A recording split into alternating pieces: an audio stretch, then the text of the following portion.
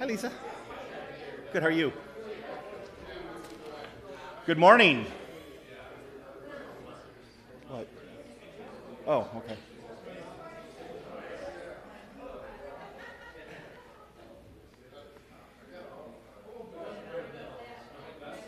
I noticed. Group of unrulies over in the corner. That got him. Glad everyone could make it today. Bill, Ray, and I were just out in the foyer talking a little bit, and he's going to start taking over announcements this morning. It's how convenient that when he starts, it starts snowing again, so we know how he feels about that. So it's quite interesting there. Hope everybody had a good New Year's. Is there any prayer requests that we have this morning? It's good to see Mike back. Glad he's doing better. Gave us all a little scare there, but we're glad he's back. If you would, please bow with me in prayer this morning. Father in heaven, we're so grateful for this beautiful day you've given us. Father, we see the fresh white snow on the ground, and we can only think of the salvation that we have in Jesus Christ as he washes away our sins and makes us white as snow. Father, we're so grateful for everything you give us. We ask you to be with those who are struggling with illnesses. We're thankful that Mike is feeling back to better health and continue to be with him. All these favors and blessings we ask in Jesus' name. Amen. We're almost through chapter 2. We almost got through the interpretation of the king's dream. Recapping a little bit from what we talked about last week was, we know the king in his vision saw a statue. It was impressive. It was awesome. It was made of various metals, precious metals, and some things that weren't so precious. The head was of gold, and it was Nebuchadnezzar. Then there was the breast and arms out of a different metal, and so on and so forth. And through the interpretation, as Daniel was saying, these all represented various kingdoms. Because we have the rest of the Bible and history, we know that these kingdoms represented Babylon, the Medes and Persians, the Greek, the Roman Empire, because we have that history, we have the whole story. Daniel and Nebuchadnezzar didn't have that back then. They only knew that there were other empires, not what they were, not who they were. They didn't have the whole story. They only had that little bit of it. So that's kind of important because after this dream, Nebuchadnezzar doesn't have any way to respond. Oh, well, the Medes and Persians are coming. He just knows his empire is going to end, an inferior one's going to take over, and all these other things. Doesn't know the specifics. But at the start of the interpretation, Daniel called Nebuchadnezzar the King of Kings, which God has given the kingdom and power and strength and glory. In doing this, Daniel's letting Nebuchadnezzar know, and remember, Daniel got all this from God. So everything Daniel's speaking is from God. But he's letting Nebuchadnezzar know that this power and position you have, you didn't do it yourself. God gave it to you. God put you in this position. And then through this dream, Nebuchadnezzar saw that this great statue was crushed by this large stone that was cut out of a mountain, and it hit the feet of the statue, and it completely destroyed the statue. There was nothing left of it. That's where we left off in the interpretation in verses 44 and 45, and that's where we're going to pick up this morning. Is there any comments or questions about where we are so far in this? Nothing. Ted? You're looking like nothing. Okay.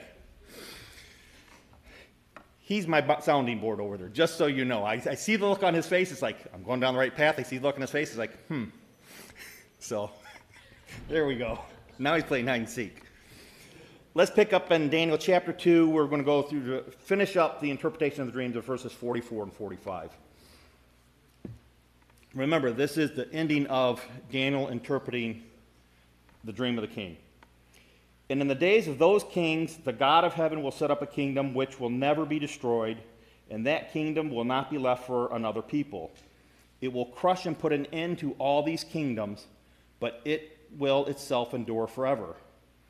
Inasmuch as you saw that stone was cut out of the mountain without hands, and that it crushed the iron, the bronze, the clay, the silver, the gold, the great God has made it known to the king that what will take place in the future.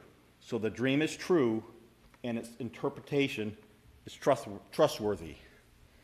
These last two verses are really the crux of the interpretation of the entire dream, because it's getting down to the nuts and bolts of what the message God is portraying here to Nebuchadnezzar. Verse 44, it says, in the days of those kings. Some people speculate it's talking about the kings from the first kingdom, the second kingdom, the third. Some people speculate it's the kings strictly that were around in the fourth kingdom. I mean, would be important to know which one are they talking about here. You know, what is it referring to, the kings? Is it of all of them or just of the fourth kingdom? I believe it's reasonable for us to conclude that Daniel was discussing a more limited time period and that he was talking about only the kings in that fourth kingdom. Because in verses 40 to 43, he's very specific at talking about the situation going on of the fourth kingdom. He's spending a lot of time there of what's going on during that fourth kingdom. And he emphasizes the victory over all its predecessors, referring to the previous kingdoms. So logic is dictating or indicating that Daniel is referring to the kings of the days of what's going on of the fourth kingdom. And then he goes on to talk about that the God of heaven will set up a kingdom. Now we're talking about a fifth kingdom. And he's specifying which God it is. Because remember, the Babylonians and all the people back then worshiped many, many gods. But Daniel, when he refers to God, he will say the God of heaven, the God of my people. He's referring to this one, he said, the God of heaven will set up. He's being very specific to which God is going to set up this next kingdom. So there is no doubt in Nebuchadnezzar's mind who it is. And he continues to go on and says, this kingdom will never be destroyed. The kingdom will not be left for any other people. It will crush and put an end to all these kingdoms. And that kingdom itself will endure forever. The kingdom that God establishes, which is, if you want to put in order, the fifth kingdom that they're talking about here, will destroy all these other kingdoms, and this kingdom will last. What kingdom is Daniel talking about here? What is Daniel talking about? What's being considered that God's going to establish to set up? The church. Christ. He's the one that's going to come, and it's that kingdom that's going to endure and last forever. Remember, we know the rest of the story. We know what's in the Bible, what history is, so we know what Christ did and what the church is. They didn't have this information back then. They only know God's going to set up a kingdom, doesn't know what the kingdom is, doesn't know the specifics about it. We have this information, so we have the inside track on what Daniel's talking about here. Daniel and Nebuchadnezzar didn't. What kind of kingdom do you think they were supposing would be set up? Nebuchadnezzar and them and Daniel would be supposing an earthly kingdom. And that's exactly what you thought at the time of Jesus. Yes. In the reference throughout the Bible, when a kingdom is talked about that God is going to establish, it was always an earthly kingdom. It was never a heavenly kingdom. And we all... Even though there were kings, Yes. it was going to be different. They never took it that way. And that's the way they would have looked at it. They would have looked at this the same way. They would definitely be looking at earthly kingdom versus a heavenly kingdom. So it brings us back to another point. God starts in Genesis with these little clues. Clues get bigger. Clues get more precise. Clues get more and more detailed as the Old Testament goes on. But they never, you have to take the totality of all those clues to understand what was going to happen. And they didn't understand an earthly kingdom because they'd never seen one. We've never seen one.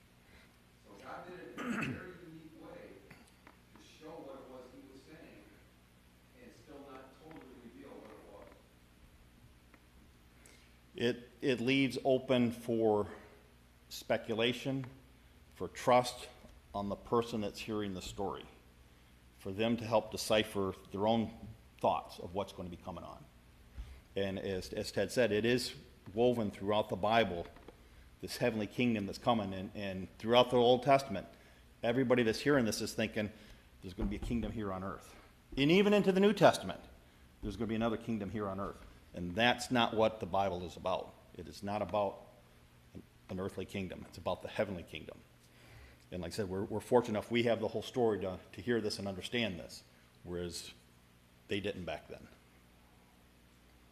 Anything else? And this kingdom is none other than Jesus Christ, and we see in Colossians chapter 1, verse 3, for he rescued us from the domain of darkness and transferred us to the kingdom of his beloved Son. This is where we still have more of the story that we can understand this story and other stories in the Bible better when God is referring to the kingdom of Jesus and the kingdom of heaven. We've got other references that we can read and other stories we can read that confirms that he's talking about the heavenly kingdom that is Jesus Christ.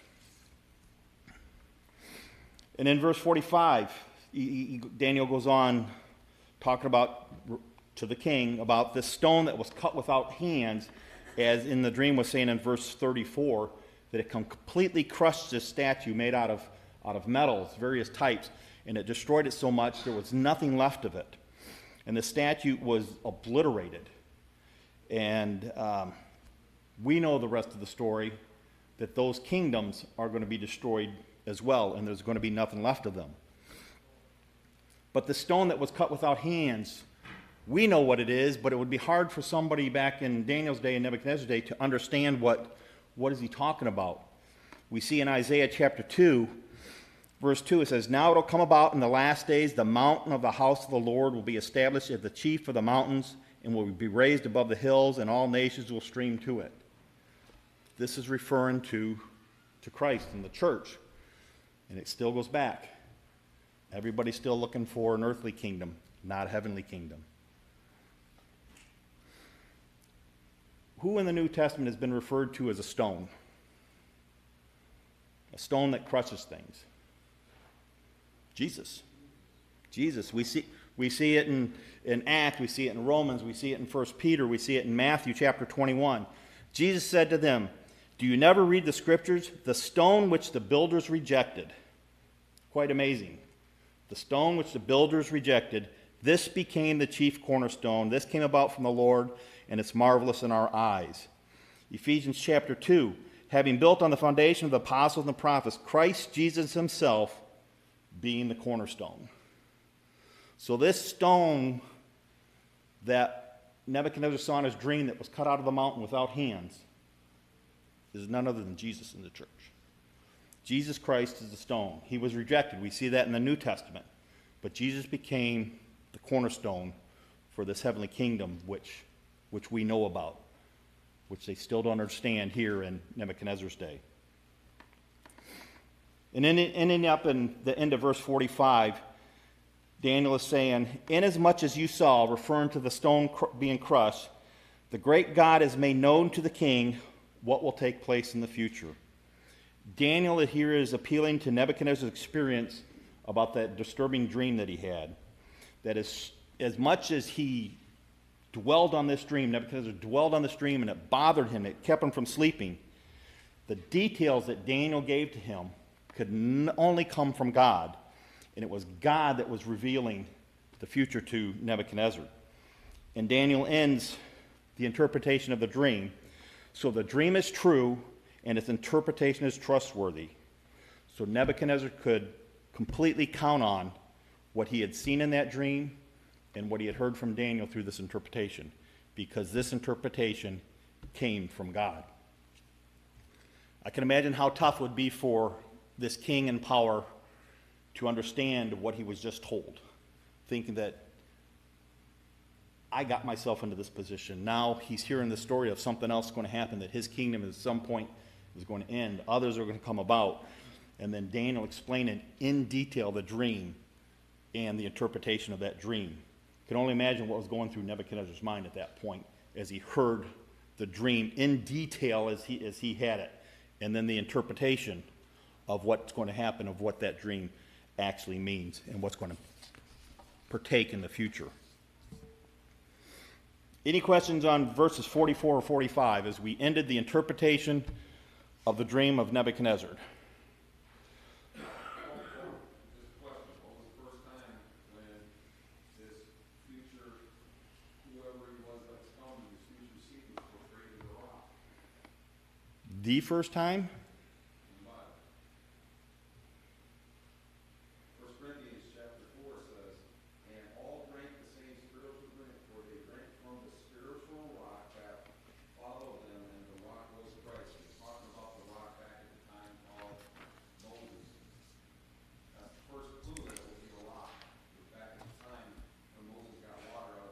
when he struck the rock. Oh, first time he spoke, second time he Second time he struck. Well, in other words, what I'm trying to show is that these themes that come in are not in isolation. They show up every so often, and they become more clear. So the first time, there's water, and Jesus was the living water, okay? And it saved people. This time, the rock's going to be cut without hands, and it's going to be thrown at the kingdom. But it's talking about the same rock. That same rock is woven throughout And we don't the know Old that's Testament what Jesus comes. into the New Testament. Thank you. Anything else before we move on? Verses 46 through 49. This is Nebuchadnezzar's response to Daniel interpreting the dream. Then King Nebuchadnezzar fell on his face and did homage to Daniel and gave orders to present him an offering and fragrant incense. The king answered Daniel and said, "Surely your God is a God of gods and a Lord of kings, and a revealer of mysteries, since you have been able to reveal this mystery." Then the king promoted Daniel and gave him many great gifts, and he made him ruler over the whole province of Babylon and chief prefect over the wise men of Babylon. And Daniel made request to the king, and he appointed Shadrach, Meshach, and Abednego over the administration of the province of Babylon, while Daniel was in the king's court. It appears that Nebuchadnezzar was completely grateful for the interpretation of this dream that he heard. Even though he may or may not have understood the outcome of what that dream really meant, but he knows that Daniel spoke the truth because of the detail that was given about the dream, and then the understanding in detail of the interpretation of the dream.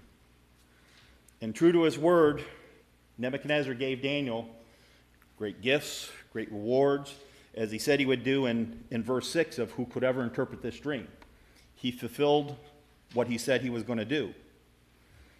But Nebuchadnezzar, a king, also did something that's you would think is uncommon for a king. He paid special honor to Daniel by bowing down to him, and that is not an idea of that he's worshiping Daniel, but he's bowing down in a show of respect to him of what he was able to do. And we know, and Daniel knows, that he was able to interpret this dream because of God, not because of anything he did. But Nebuchadnezzar is showing his respect to Daniel by bowing down to him for being able to interpret this dream and tell him what it was. But Nebuchadnezzar also recognized Daniel's God. He said, "Your God is a God of gods," saying that out of all the other gods, your God is above him. He is the one that I believe and recognize gave you this information to interpret this dream. It doesn't say that Nebuchadnezzar started worshiping him. More than likely, back in the day, because the Babylonians worshiped many gods, he might have put him in line, the one true God, in line with all the other gods to be somebody to worship. May or may not have. I haven't found anything that said he did. But he did recognize that the God of Daniel is the God of gods, and he's the Lord of kings, as he said in verse 47, for revealing this mystery. So it doesn't sound like he was completely on board that God is the only one true God that should be worshipped. But he did give God some of the credit. Daniel got his gifts, got his rewards, but something else that was more important to people back then is honor and prestige. And did it really matter to Daniel? I don't think so. I have a personal choice. I don't think it really mattered what Daniel, because he was staying faithful to God. But Nebuchadnezzar promoted him to the ruler over the province of Babylon. And what that means is Daniel's going to be working very closely with the king. So this young kid, 18-ish years old, 19-ish years old, is going to be working hand in hand closely with the king over some of the things that are going to be going on. And Daniel was also given the position of chief prefect of the wise men. And what this is, he is going to be like the overseer of all these wise men. So these men that could not interpret the king's dream, Daniel is now in charge of them. Great position for Daniel, great honor, prestige that people would look up to him like that. But can you imagine all these wise men, magicians, the sorcerers that couldn't interpret the king's dream? This young Jewish kid that's a captive is now ruling over me. The book of Daniel doesn't go on to say that they hated him, they wanted to kill him, but I can only imagine their thoughts of what was going on about this. So Daniel not only is ruler over the province of Babylon, working side by side with the king, he's also overseer of all these wise men that Daniel said, don't kill these people yet, let me talk to the king. So he actually saved their skins as well, because the king gave the order when nobody could interpret the dream, kill all these guys. So Daniel actually saved their lives as well by saying, king, don't be so swift in your action here to kill these. Daniel got his gifts, he got his rewards, he got power, and the king made him a very important person in this empire. And being over the wise men, that is typically a role that one of the Chaldeans would have had versus somebody like Daniel that a captive. But it just goes to show how grateful the king was at this point that Daniel was able to interpret the dream and let him know what was going on. So we see Daniel rising from captive to being trained to getting quite a bit of power in the Nebuchadnezzar's empire. And yes, Bill? Kind of reminds you of the story of Joseph, too, then. Similar to how Joseph was promoted in Genesis chapter 41. Keep going. Sorry. No. Keep going. Well, I mean, there's so many parallels. He was captive, things went down in the dumps. He stayed faithful to God. God rewarded him and made him a powerful ruler. It's God's hand in the whole thing all over him, because again, that's not the norm for that time in those regions. Exactly. Seeing the parallels between Joseph and Daniel or some other Bible character is important, but it is not what's important. It's seeing that those are parallels, both of them and all of them, to Jesus. Their lives parallel something that Jesus, something that would happen to Jesus in some way. Joseph's life, and I've done this in a class before, there are unbelievable amount of things in his life that parallel what would happen to Jesus. Same thing with Daniel. So sometimes we're focused on the individual persons, but it always points forward to what's coming. And in both cases, in all the stories, like you said, Ted and Bill, that the story of Joseph and the story of Daniel and all the other stories there, yes, we learn a lot about that portion of the story, but it's the bigger picture we look at the end, the story of Jesus Christ and the message there. But yes, sometimes we do, myself included, get focused on the little story here of Daniel. I mean, for the longest time when I read Daniel, it was fiery furnace, which didn't involve Daniel, and the lion's den. But digging into it now, there's a whole lot more to this book that points more to Jesus coming and establishing his kingdom than I ever thought was possible.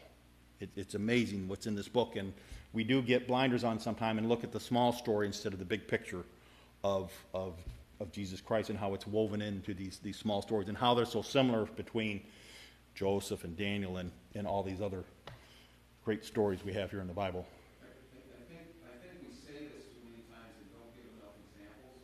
And if you don't mind me doing this, I'd like to give just a few examples so that people here know what we're Please. talking about.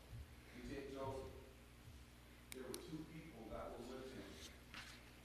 One was a baker and one was whatever. It doesn't really matter. But one was right before ended up being saved, and the other one was condemned, just like the thief on the cross. You've got David going down, Joseph going down into Egypt, which David had to do. He was despised by his brothers, which happened to Jesus. He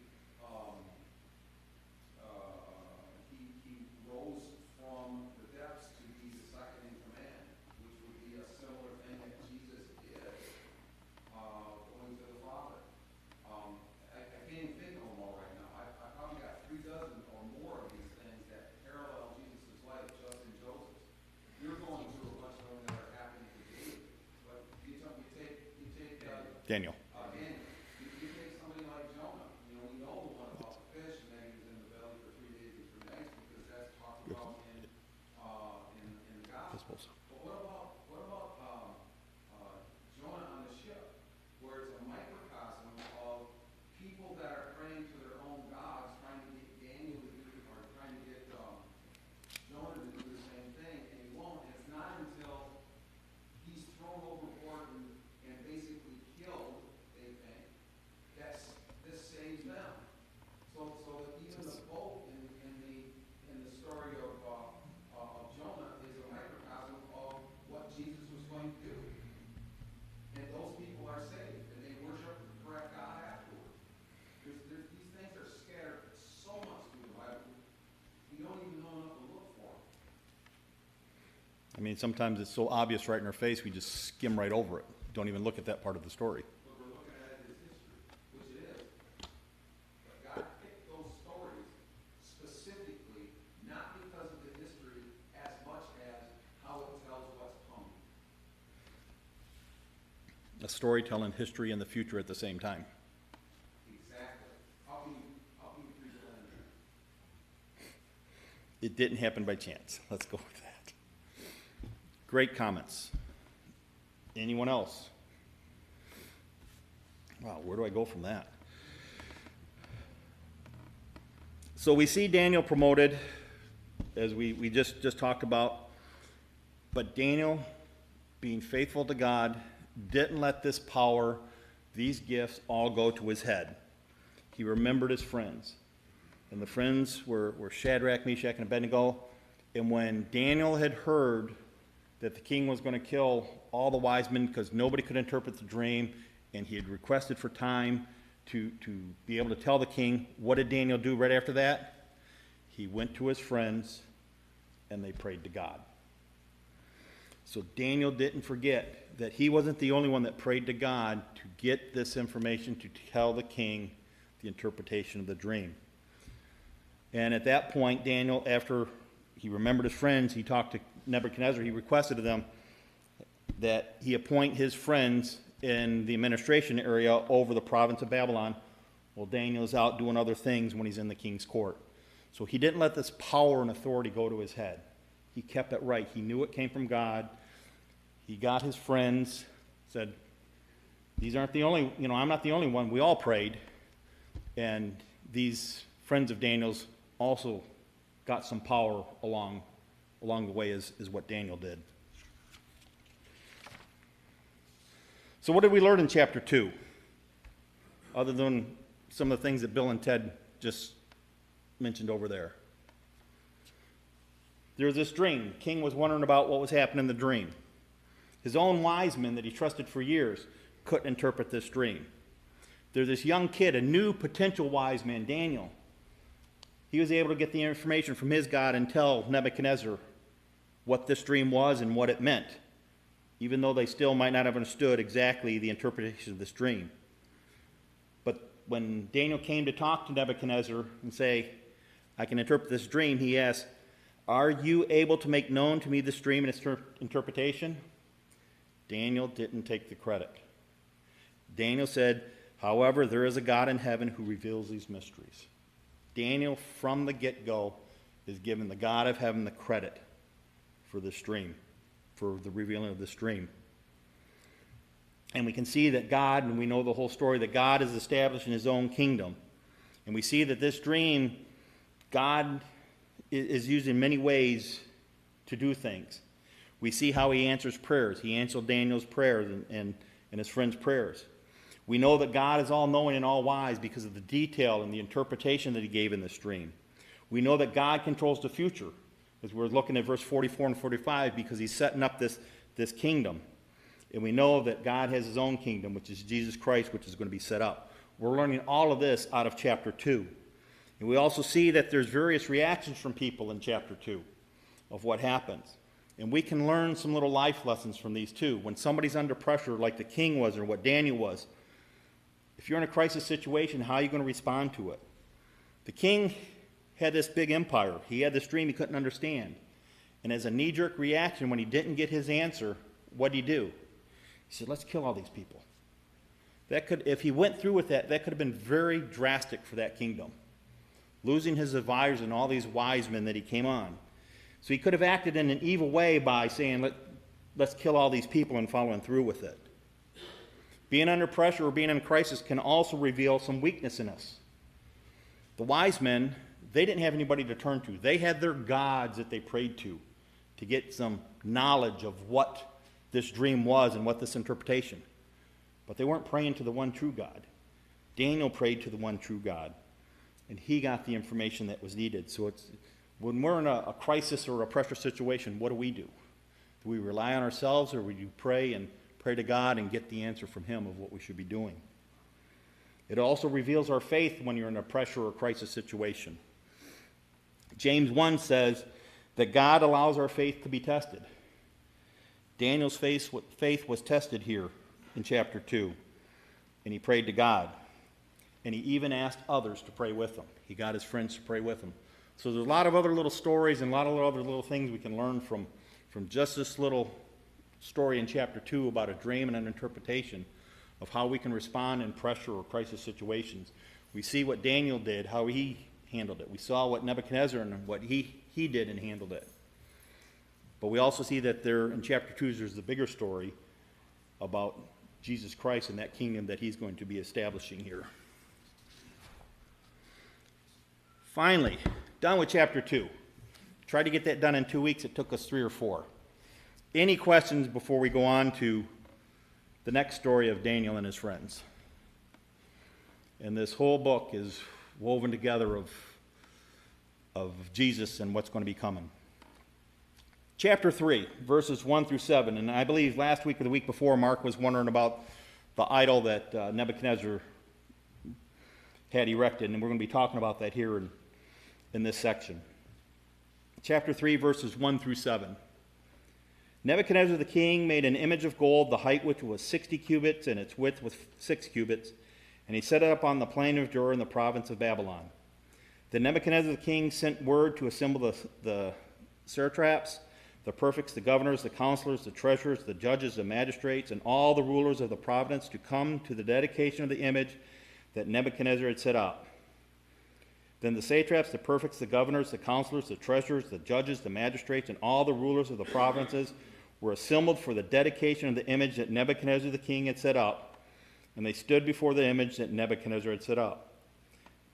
Then the herald loudly proclaimed, "To you the command is given, O peoples, nations, and men of every language, that at the moment you hear the sound of the horn, flute, lyre, trigon, psaltery, bagpipe, and all kinds of music, you are to fall down and worship the golden image that Nebuchadnezzar the king has set up. But whoever does not fall down and worship shall immediately be cast into the midst of the furnace of blazing fire. Therefore at that time, when all the people heard the sound of the horn, the flute, the lyre, trigon, psaltery, bagpipe, and all kinds of music, all the peoples, nations, and men of every language fell down and worshiped the golden image that Nebuchadnezzar the king had set up." Interesting that he just had a dream about this large idol that was destroyed, this large figure that was massive and awesome that was destroyed. The king himself decides to build his own statue. He made his statue out of gold. It was 60 cubits by 6 cubits. A cubit is about 18 inches, so it was 90 feet tall by 9 feet wide. Probably quite impressive, being made of gold like that. Large statue. One can speculate that the king was doing this because he was hoping that maybe he could alter the future from his dream. Let me build this statue all of gold. Because remember, in my dream, the head was me. So did he make this to think he could change the future? Don't know. But we do know he set this up as an idol to be worshipped. So previously in chapter 2, when he said to Daniel, "Your God is the God of gods," he kind of slipped back on that and he's saying, well, there's these other gods we're going to start worshiping now because he's dictated that people now worship this idol that he built that was 90 foot tall. And it's interesting that he gathered all these important people in his kingdom there. And Daniel lists these people twice for an important reason, because he wanted people to know that the king is trying to bring his kingdom together, trying to unify them under one religion. So he's listing all these people multiple times. And I had to look up what these people did. The satraps, they were rulers over large divisions of people. The prefects, they were high-ranking officials, and they were responsible for the satraps. Then there were governors who were rulers over smaller districts. The counselors, they were advisors. Treasurers, they were over the finances. Judges, they were the law bearers. There were magistrates, they were superintendents. And then there was rulers over all the provinces. So Nebuchadnezzar gathered all these important people over his kingdom for the dedication of this idol to start a practice in the kingdom to worship this one image. And we know that they had to worship that image when they started hearing these instruments. Listed, I believe there's 5 or 6 different instruments there that when they started playing, you had to listen to them. Doesn't matter that I noticed that some of them are wind instruments, some of them are stringed instruments, but the important thing is that when the king said, when you hear this noise, you're to immediately fall down, bow down, and worship this idol. And this included Daniel and his friends when they heard that. When anybody heard that, they were to bow down and worship this idol. And like when the wise men and the counselors couldn't interpret the dream for Nebuchadnezzar, he's got a harsh penalty here. He's got the penalty that if you don't do it, you're going to be cast in this fiery furnace. You're going to be killed for not doing this. So it's almost like Nebuchadnezzar always has a knee-jerk reaction to something. When he doesn't get his way, it's death for somebody. And we can see that the mercy of God didn't have that for Nebuchadnezzar as we go on through the chapter of Daniel and we see throughout the Bible. God is a just God and a fair God, and he doesn't do knee-jerk reactions as we're seeing Nebuchadnezzar do here in multiple situations. These furnaces were not just there to kill people. They were there to do other things as well. They were to make bricks, and if they had metallurgy capabilities, they were able to put ore in there to make metals, and they generated an immense heat. So it just wasn't like you had your open fire pit in the backyard when you go by and you singe the hair on your arms.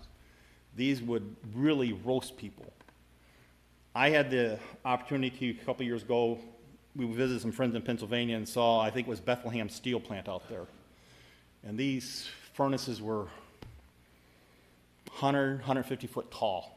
They were shaped like a old glass milk bottle. They had openings at the bottom, and they went so far on the ground as well where they put all these ore in that in.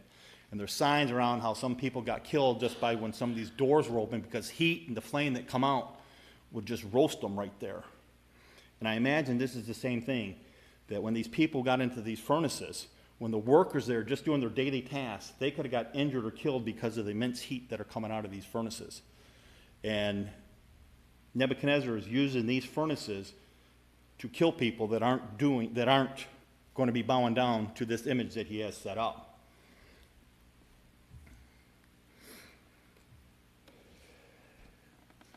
And in verse 7, that's where the penalty is given if you don't bow down to it. When you hear the instrument, you got to bow down to it. In verse 7, the horns go off, the trumpets go off, the lyres go off, the bagpipes, and what did the people do? The people immediately fell down and started worshiping that idol. They were following what the king had said. They weren't using their own mind, their own thoughts, their own imagination. Should I be worshiping this? Should I not be worshiping this? But they immediately fell down and started worshiping the idol that the king had set up. Who else would you think would be there? We're seeing people in the king's court. We're seeing these magistrates. We're seeing these prefects, the governors, counselors. Who else would be there that we know by name? Shadrach, Meshach, Abednego, they were in king's court. Daniel, he's in king's court. You think they bowed down to him?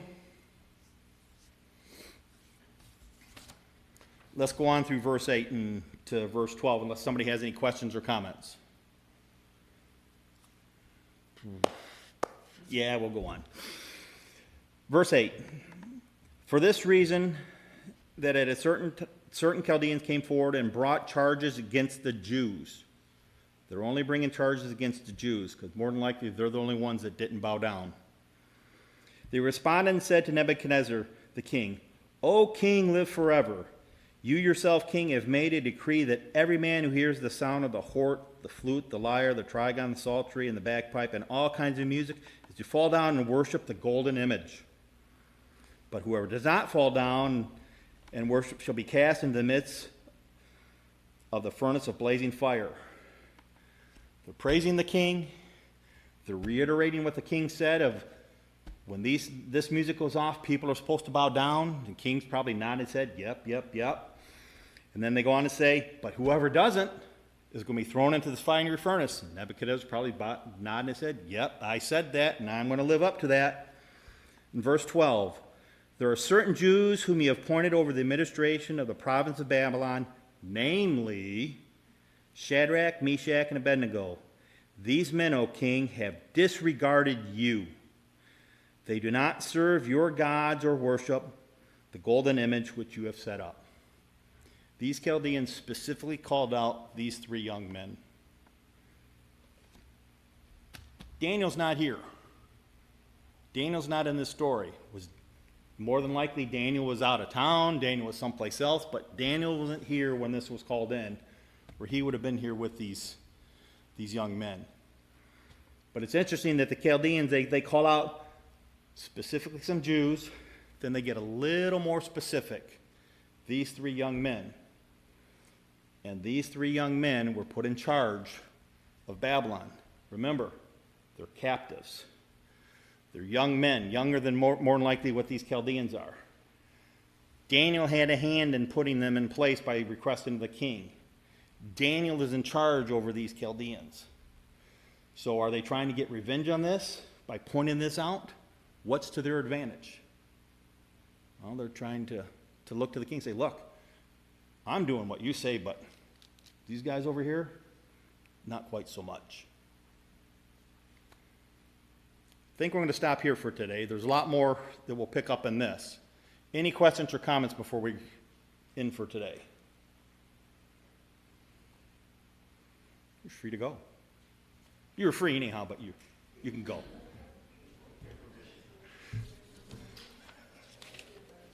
Thank you.